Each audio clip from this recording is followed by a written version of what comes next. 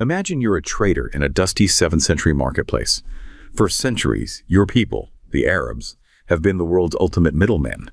You move silk, you tend sheep, and you worship a messy mosaic of local deities, Greek myths, and desert spirits. You have no unified flag, no grand army, and certainly no desire to conquer the horizon. You are the definition of minding your own business in the vast emptiness of the peninsula. But then, something happens that defies every rule of historical logic. A 40-year-old camel merchant, a man who can't even read or write, walks out of the cave claiming to hear the voices of angels. Suddenly, the unambitious shepherds undergo a total aesthetic rupture. They trade their ledgers for lances and their sheep for war horses. Within a single generation, they don't just challenge the superpowers of the day, the Persians and the Romans, they dismantle them. They build a caliphate that dwarfs the Roman Empire at its peak, stretching its green banners from the rainy hills of Spain all the way to the borders of Tang Dynasty China. It was, quite literally, the most successful and violent startup in human history.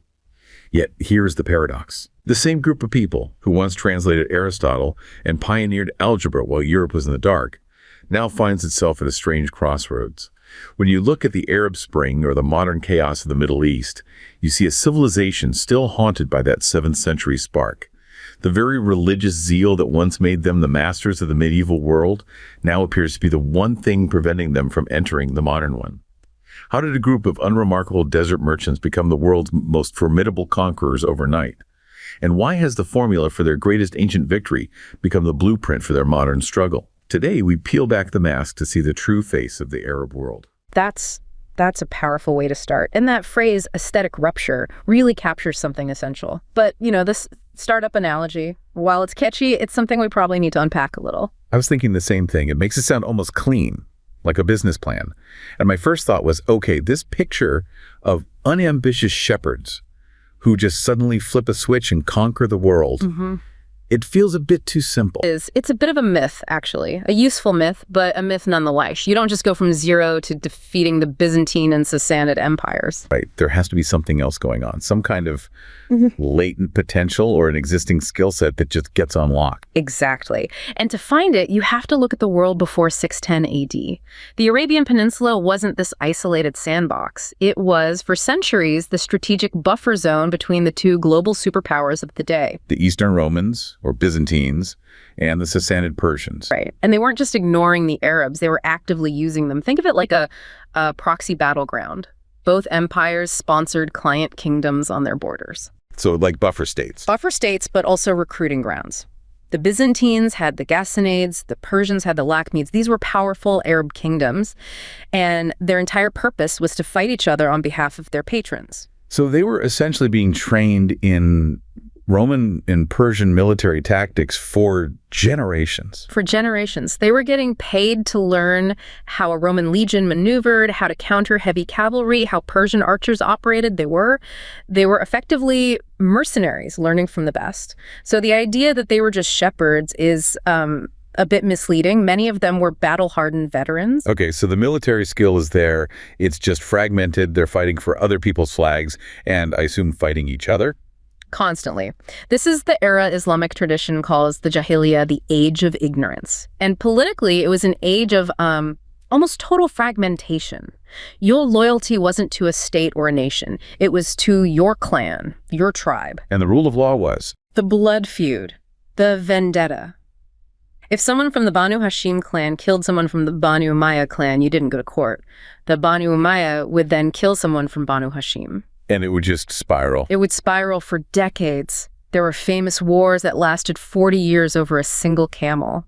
All this incredible martial energy, all this warrior spirit was just being burned up in these endless internal cycles of violence. A geopolitical deadlock, just burning energy inward instead of projecting it outward. The perfect way to put it. And that's what makes the catalyst, the arrival of Muhammad and the message of Islam so revolutionary, not just theologically, but politically. So let's talk about that. The revelation in the cave in 610 is the spiritual beginning.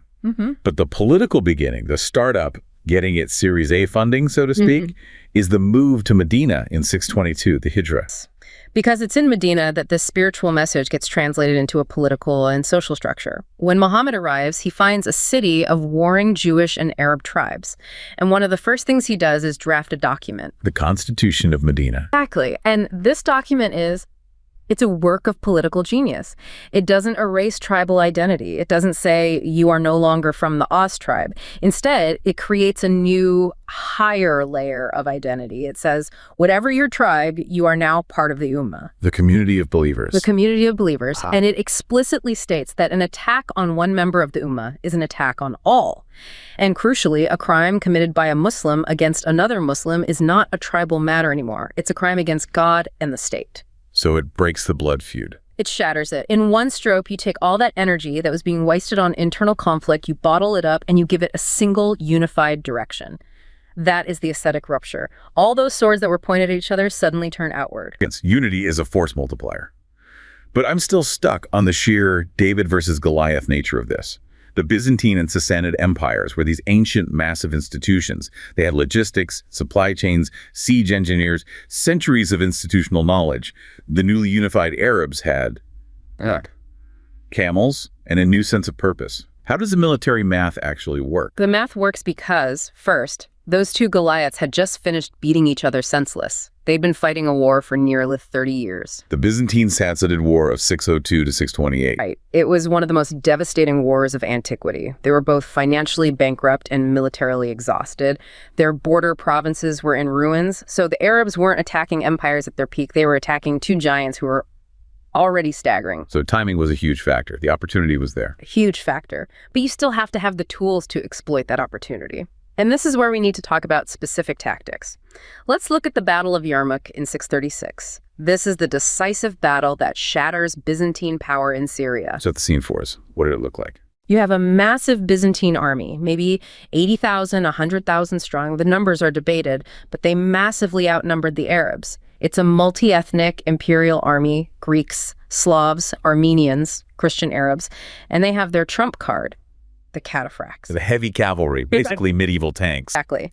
Men and horses completely encased in armor. Their strategy is simple. A massive head-on charge to crush the lightly armored Arab lines. The Arab commander, Khalid ibn al-Walid, who is, and this is not an exaggeration, one of the greatest military minds in history, knows this. He knows he cannot win a shoving match. So he can't fight their fight. He has to change the game. He uses the one thing he has that they don't, mobility, and an intimate knowledge of the desert terrain. The Arab cavalry is light, no heavy armor. They're riding Arabian horses, which are bred for endurance in the heat. So speed and stamina over brute force. For days, Khalid engages in skirmishes. He'll charge, throw javelins, and then retreat back into the desert haze before the heavy cataphracts can respond. He's tiring them out. He's making them fight in the oppressive August heat, in their heavy armor, day after day. He's controlling the tempo. It's psychological warfare, too, wearing them down mentally. And then, on the sixth day of the battle, he gets his final advantage. The weather. A massive sandstorm blows in from the south. A ham scene. Which would be a nightmare for the Byzantines. It's a total nightmare. They're blinded. Their complex command structure, which relies on visual signals and banners, collapses. The heavy cavalry can't coordinate a charge. They're just big, blind, isolated targets. But for the Arabs... It's just another Tuesday. They grew up in this stuff. They lived in it. And in that moment of chaos, Khalid launches an all-out assault. The light Arab cavalry just materializes out of the dust and gets in among the disorganized Byzantine formations. It was a complete rout. An absolute catastrophe for the Roman Empire. So it's a combination of the enemy's exhaustion, brilliant asymmetric tactics, and using the environment as a weapon. And we can't leave out the final piece of the puzzle, the psychological edge. The intro mentioned it. A Byzantine soldier is fighting for a salary, or because he fears his centurion, he wants to survive the battle. But the Muslim soldier? The Muslim soldier has been promised that if he dies fighting for his faith, he goes directly to paradise. For him, death is not failure, it is the ultimate victory. When one army is trying desperately not to die and the other army sees death as a promotion, all the normal rules of morale they break down. Yeah, it's a force multiplier you can't really quantify. And it seems to be a recurring theme, this incredible unity that won Yarmouk and conquered Persia, it seems almost tragically short-lived. It was. The external enemy was defeated, and almost immediately the internal fault lines reappeared. And it all centered on one question that was never really resolved. Who should lead? Who leads after the prophet? It's the fundamental question. When Muhammad died in 632, he didn't leave a clear, universally accepted succession plan. And two camps emerged. Two camps emerged almost instantly. One group, which would become the Sunnis, argued that leadership should go to the most qualified, respected elder, chosen by the consensus of the community. They chose Abu Bakr, the Prophet's close companion and father-in-law. And the other side? The other side, the Shiite Ali, or Party of Ali, argued that leadership wasn't a political office to be elected. They believed it was a spiritual authority that had to pass down through the Prophet's bloodline, specifically to his cousin and son-in-law, Ali. So, consensus versus bloodline. Meritocracy versus dynasty. In a way, yes. And this wasn't just a political disagreement. It was a question about the very nature of authority in Islam. And it led, within a generation, to civil war, the first fitna. It's just astonishing to think about. At the very same time they're pushing the boundaries of their empire to the Indus River and the gates of Constantinople, they're assassinating their own leaders back home. The third caliph, Uthman, is murdered. The fourth, Ali, is murdered. It creates this deep foundational trauma in the collective consciousness of the civilization. The paradox is there from the very beginning. This immense, unprecedented external strength, combined with a deep, persistent internal fragility. They built a world-spanning empire on the idea of unity, but they could never quite agree on who should win it. Which is a perfect transition, I think, because after this initial explosive phase of military conquest under the first four caliphs, the Rashidun, the center of gravity, shifts. It shifts dramatically. The Umayyad dynasty takes over, and then they're overthrown by the Abbasids in 750. And the Abbasids do something hugely symbolic. They move the capital from the old military camp city of Damascus to a brand new, purpose-built city. Baghdad, founded in 762. And this isn't just a change of address, it's a change in philosophy. The Abbasids recognize that you can't hold an empire stretching from Spain to India together just with swords. You need something more. You need ideas. You need a gravitational pull. This is what the outline calls the intellectual gravitational pull. So it's a pivot from conquest by force to conquest by culture. Conquest by knowledge. It was a state-sponsored, systematic effort to absorb all of the accumulated wisdom of the ancient world. This is the Great Translation movement. And we've all heard of the House of Wisdom, the Beit el-Hikmah. But I think for a lot of people, it's this vague image of scholars in robes quietly reading scrolls. What was it actually like? Well, first, it wasn't just one building. It was a complex. A library, a translation bureau, an observatory, all rolled into one. Think of it less like a library and more like a combination of a national laboratory and a university press. And the caliphs themselves were driving this. Passionately. Caliphs like Al-Mansur and especially Al-Mamun were the patrons. They were sending agents with massive budgets to the Byzantine Empire, to Persia, to India, with one mission: acquire manuscripts. Buy them, borrow them, copy them, even steal them if you have to. What were they looking for? Everything. Greek philosophy, Plato, Aristotle, Persian literature and statecraft, Indian mathematics and astronomy, medical texts by Galen and Hippocrates. They wanted it all. There's that story, the legend, that the caliph would pay translators the weight of their translated books in solid gold. Is there any truth to that?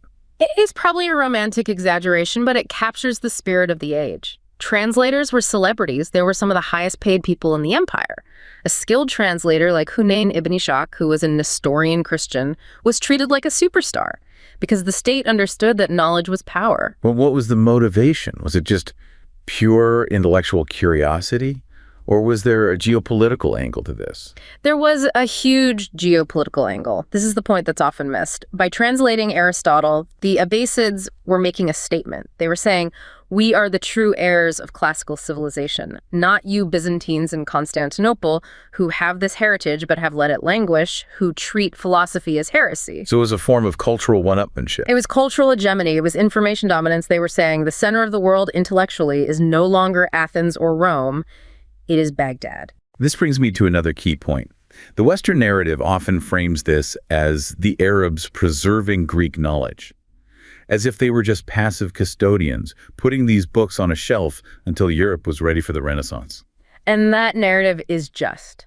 It's fundamentally wrong and, frankly, a little insulting. They weren't just preserving these texts. They were engaging with them, critiquing them, and building upon them. Can you give us an example? Sure.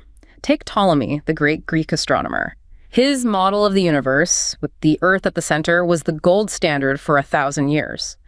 But astronomers in Baghdad and Damascus, using more precise instruments in their new observatories, started noticing discrepancies. They saw that Ptolemy's math didn't quite match what their own eyes were telling them. They didn't overthrow the whole system, but they wrote extensive commentaries saying, look, Ptolemy is a genius, but on this point and this point, he got it wrong. So they weren't just scribes, they were scientists. They were running the experiments. They were. Or look at medicine. The Greek physician Galen was the ultimate authority on anatomy, but he based most of his work on dissecting apes, not humans. Muslim physicians, like Ibn al-Nafis, working in Cairo in the 13th century, actually dissected human bodies and corrected Galen on fundamental things, like how blood circulates from the heart to the lungs. That's not preservation, that's correction, that's progress. And they were innovating in totally new fields. Algebra, for instance. A completely new field. The scholar al-Khwarizmi, working in Baghdad, takes Indian numerals, including the concept of zero, and combines them with Greek geometric principles to create a whole new mathematical language. He calls it al-Jab, which means the restoration of broken parts. He wrote a practical book, basically, on how to solve equations for problems of inheritance and commerce. It's incredible. But none of this explosion of knowledge, this information age, would have been possible without a specific technological breakthrough, right? None of it. And it's something we take completely for granted today.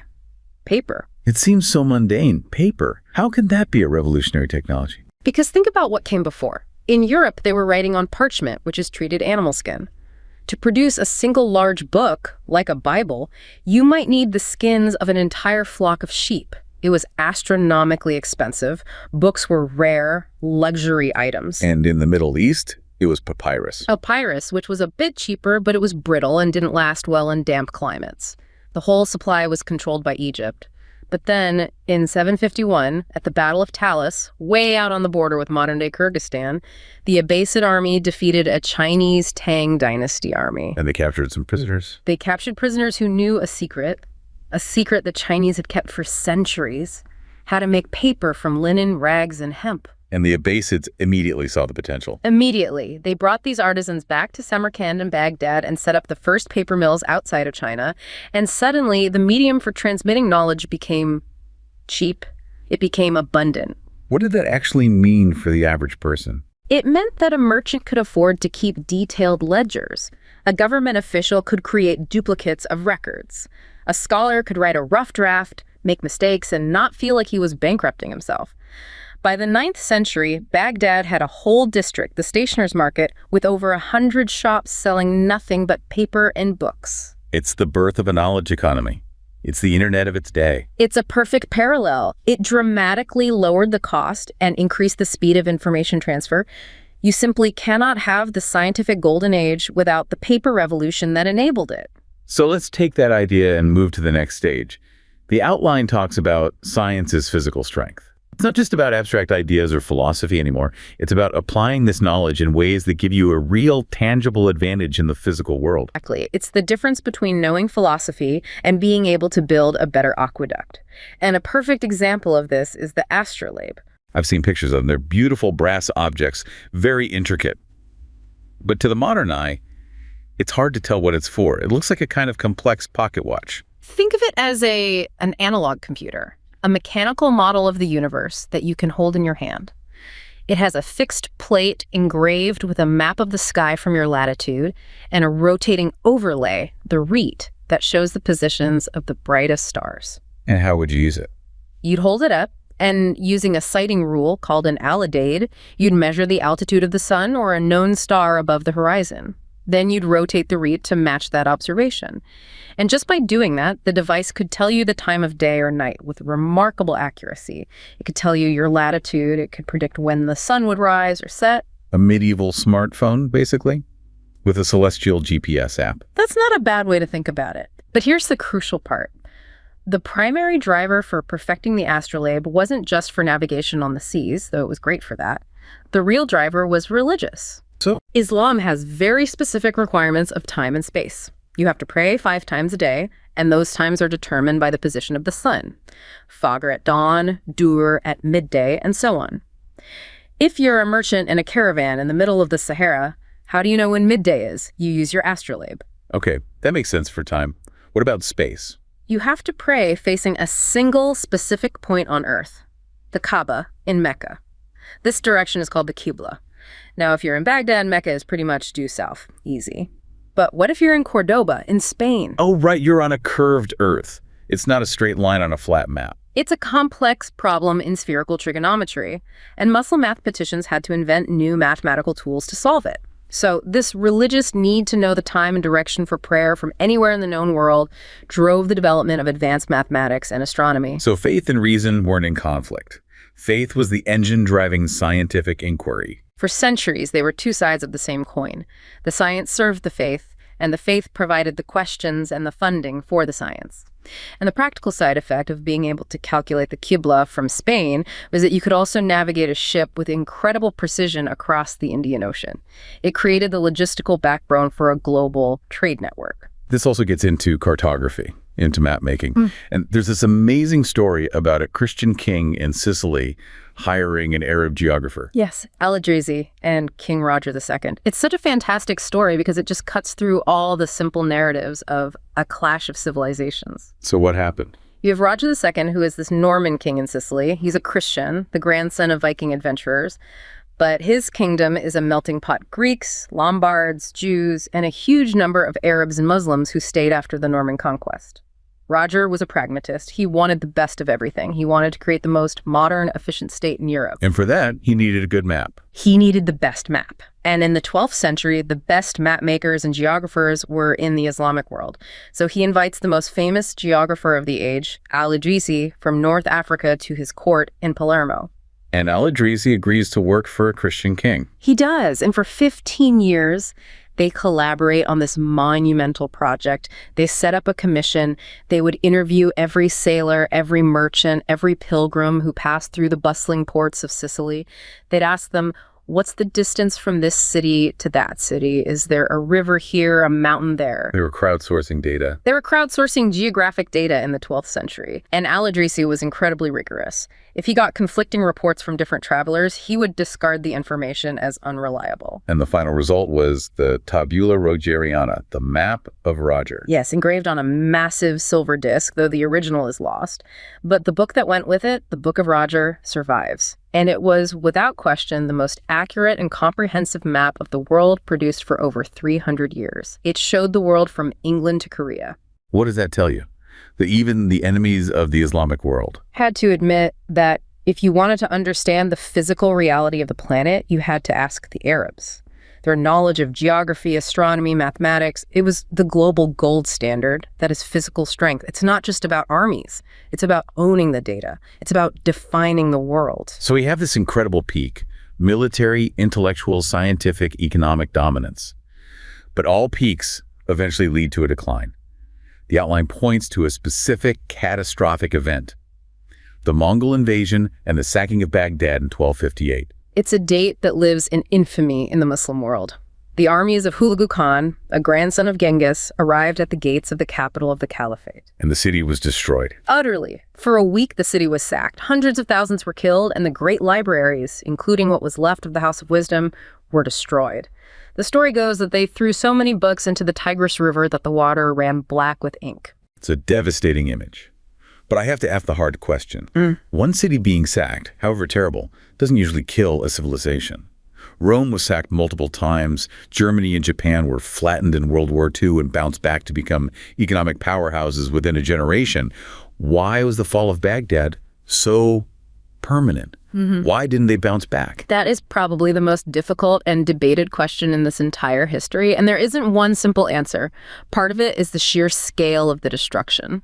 The Mongols also destroyed the irrigation canals of Mesopotamia that had supported agriculture there for millennia, turning fertile farmland into swamp and desert. That's an economic blow you don't recover from quickly. So a massive ecological and economic shock.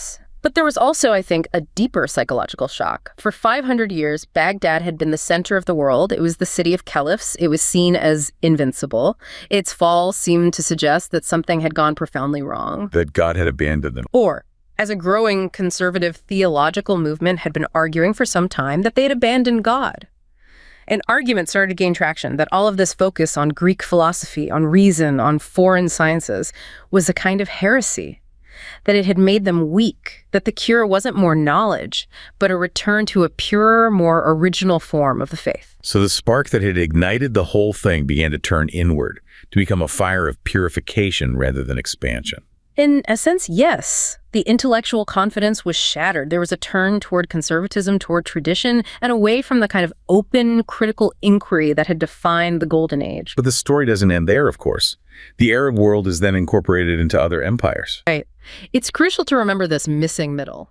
After a period of chaos, the region is eventually consolidated under the rule of the Ottoman Turks. Now, the Ottoman Empire was a formidable Islamic power, but it was a Turkish empire, not an Arab one. The centers of power moved to Istanbul. Arabic was still the language of religion, but Turkish was the language of government. For 400 years, Arabs were largely subjects, not rulers. And during those 400 years, the world changed. Europe had the Renaissance, the Reformation, the scientific revelation, and the printing press. And the Ottomans missed the boat on the printing press. This is so critical. They knew about it, but for a combination of reasons, they largely rejected it for centuries. They had paper. They did. But the scribal guilds, the calligraphers, were a powerful lobby. It was a sacred art form, but also their livelihood. They fought against it. More importantly, the religious scholars, the ulama, were deeply suspicious. They worried that mass printing would lead to errors in the holy texts, or that it would allow lay people to interpret the Quran for themselves, undermining their authority. So while Europe was mass-producing books and spreading literacy and new ideas like wildfire, the Ottoman world, including the Arab lands, was still painstakingly copying manuscripts by hand. The information gap just grew wider and wider every single year. and that gap became brutally, undeniably obvious in a single moment. 1798. Napoleon lands in Egypt. This is the moment of shock. The Mamluk rulers of Egypt ride out to meet him with their medieval cavalry and swords, expecting an easy victory against these foreign invaders. And they're met with modern European artillery and disciplined infantry squares. It wasn't a battle, it was a massacre. And it was a profound existential crisis for the entire Arab and Muslim world. It was the moment they collectively realized, we are not the leaders anymore. We are not even peers. We are centuries behind. And that trauma, that feeling of having been left behind, really sets the stage for the entire modern era, doesn't it? This desperate scramble to catch up. Yes, and then things get even worse. The Ottoman Empire, the sick man of Europe, finally collapses after World War I, and the European colonial powers, Britain and France, move in. Not to help them catch up, but to carve up the remains for themselves. Sykes-Picot, the line in the sand. We have to stop and think about what that actually was. In 1916, two European diplomats who had barely ever set foot in the region, Mark Sykes for Britain and Francois-Georges Picot for France, took a map and drew a crude line across it. Everything north of the line to France, everything south to Britain. Basically, they created the modern states of Iraq, Syria, Lebanon, Jordan, with absolutely no regard for the realities on the ground. They lumped together Sunni, Shia, and Kurdish populations in Iraq who had never been part of a single polity. They drew a border straight through tribes and families. And this was a betrayal, wasn't it? The Arabs had been promised an independent kingdom for helping the British fight the Ottomans, Lawrence of Arabia. A complete betrayal. So let's just recap the trauma. You've lost your intellectual leadership. You've lost your military superiority. You've been colonized. And now you're forced to live in these artificial nation states with borders drawn by foreigners. Your political agency is gone. This brings us to the modern era, the paradox of survival. In this environment of humiliation and powerlessness, you get the rise of the modern Arab dictators. Men like Nasser in Egypt, the Assad family in Syria, Saddam Hussein in Iraq, they all rose to power on a similar promise. I will restore our lost dignity. I will stand up to the West. I will make us strong again. Just give me total power and I will deliver bread and pride. But for the most part, they failed to deliver either. They delivered authoritarianism and economic stagnation. Right. And for decades, that frustration just simmered beneath the surface. It was a pressure cooker with the lid screwed on tight. And in late 2010, early 2011, it finally exploded. The Arab Spring. The Arab Spring. Let's go back to that image from the outline. The student in Tahrir Square in Cairo in 2011. Let's contrast him with that 7th century merchant from the intro. The merchant is part of a movement that wants to conquer the world, to spread its banner from Spain to China. But the student's demands are so different. The central slogan of the Egyptian Revolution was Ish, Hurriya, Adala, Egtamaya, bread, freedom, social justice. it's a heartbreakingly modest set of demands. He isn't dreaming of a new caliphate. He's dreaming of a decent job, a voice in his own government, and not getting shaken down by the police. The ambition has shifted from imperial conquest to, as the source calls it, collective survival. And look at the context. The Arab world has one of the youngest populations on Earth, a massive youth bulge. Millions and millions of young people, many of them educated, tech-savvy, connected to the world via the internet, and they're looking at the future and seeing nothing. No jobs, no hope, ruled by these aging dictators who have been in power for 30 or 40 years. And just like in the 9th century with paper, a new information technology plays a key role. Facebook, Twitter, YouTube. It allowed them to bypass the state-controlled media. It allowed them to organize, to share information, to show the world what was happening in real time. For a moment, it felt like technology was going to set them free. But it didn't, not in most places. And this is where the paradox gets really dark. The outline mentions ISIS as a dark reflection of that 7th century caliphate. We have to talk about why that movement, for all its brutality, was attractive to some. It's a deeply uncomfortable question, but it's essential. Thousands of young men and women, not just from the Middle East, but from London, Paris, and Minneapolis, left their homes to join this death cult. Why? What was the appeal? The appeal was that ISIS, in its own twisted way, offered an answer to that century of humiliation we just talked about. Their propaganda was brilliant. They didn't just show violence, they showed maps. One of their most powerful propaganda videos showed a bulldozer literally destroying the earthen berm that marked the Sykes-Picot border between Iraq and Syria. Erasing the line in the sand. The message was explicit. The shame of 1916 is over. The borders the colonizers drew are gone. We are restoring the caliphate. We are bringing back the glory and the power of the 7th century. It was a promise to turn the victim back into the protagonist. A cure for the inferiority complex. A toxic, violent, nihilistic cure. It was a fantasy that co-opted the symbols of the past. They wanted the green banners of the 7th century conquerors, but they explicitly rejected the intellectual curiosity of the 9th century translators. They burned books, they destroyed history, they wanted the sword, but they smashed the astrolabe. But the very existence of that appeal tells you how deep the wound of historical loss really is. So where does this leave us today?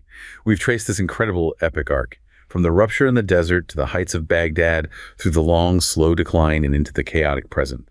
The Arab Spring largely failed to bring democracy. Syria and Libya collapsed into civil war. Egypt is back under military rule. It feels incredibly bleak. It does feel bleak. There's no denying that the last decade has been a disaster for many parts of the region. But I think it's a mistake to equate chaos with hopelessness or to see the failure of the Arab Spring as the final word.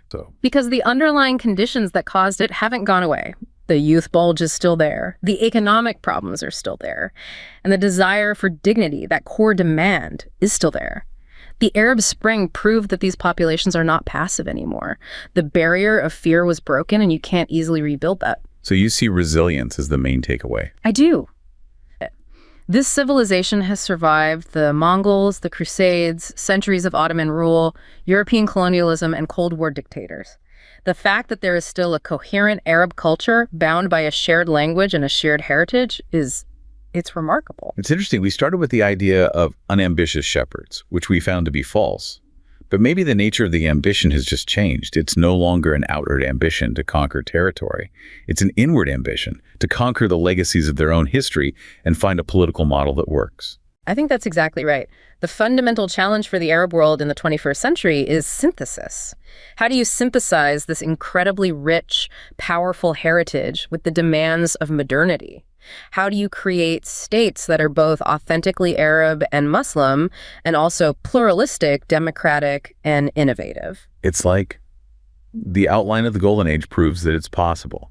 There's historical precedent for being the world's leader in science and reason within an Islamic framework. It's the ultimate proof of concept. The history shows it can be done. So using an analogy, it's like the cultural software is there. They wrote the original code for algebra and optics, but they're being forced to run it on this corrupt, broken hardware, these post-colonial nation states that don't fit the societies they contain. That is a fantastic analogy. The hardware is broken. It was badly designed by outsiders and then maintained by corrupt local elites for generations. But the software, the cultural DNA of resilience and innovation and intellectual curiosity, that's still there in the system, waiting for the right conditions to be able to run properly again. This has been an incredible journey, 1,400 years in about an hour. It really forces you to look at a headline from the Middle East, not as an isolated event, but as one more data point in this long, complex, and often painful story. And that's the whole point of a deep dive like this, isn't it? To provide the context that drains the poison from prejudice. When you understand the history, you can begin to understand the present. You see the anger, but you also see the history of loss that fuels it. You see the pride, but you also see the legacy of achievement that justifies it. We often judge civilizations by their armies or their monuments. But perhaps the true measure of strength is found in the quiet moments between the wars, in the hand that translates a forbidden text, in the eye that measures the stars to find home, or in the voice that shouts for dignity in a crowded square. The 7th century spark ignited a fire that burned brighter than perhaps any other in history. The question that remains, drifting like smoke over the modern Middle East, is whether that fire has consumed the house, or if it is simply waiting deep in the embers for the right wind to blow again. That is the question. And we don't know the answer yet. Thank you so much for walking us through this. My pleasure. It was a fascinating discussion.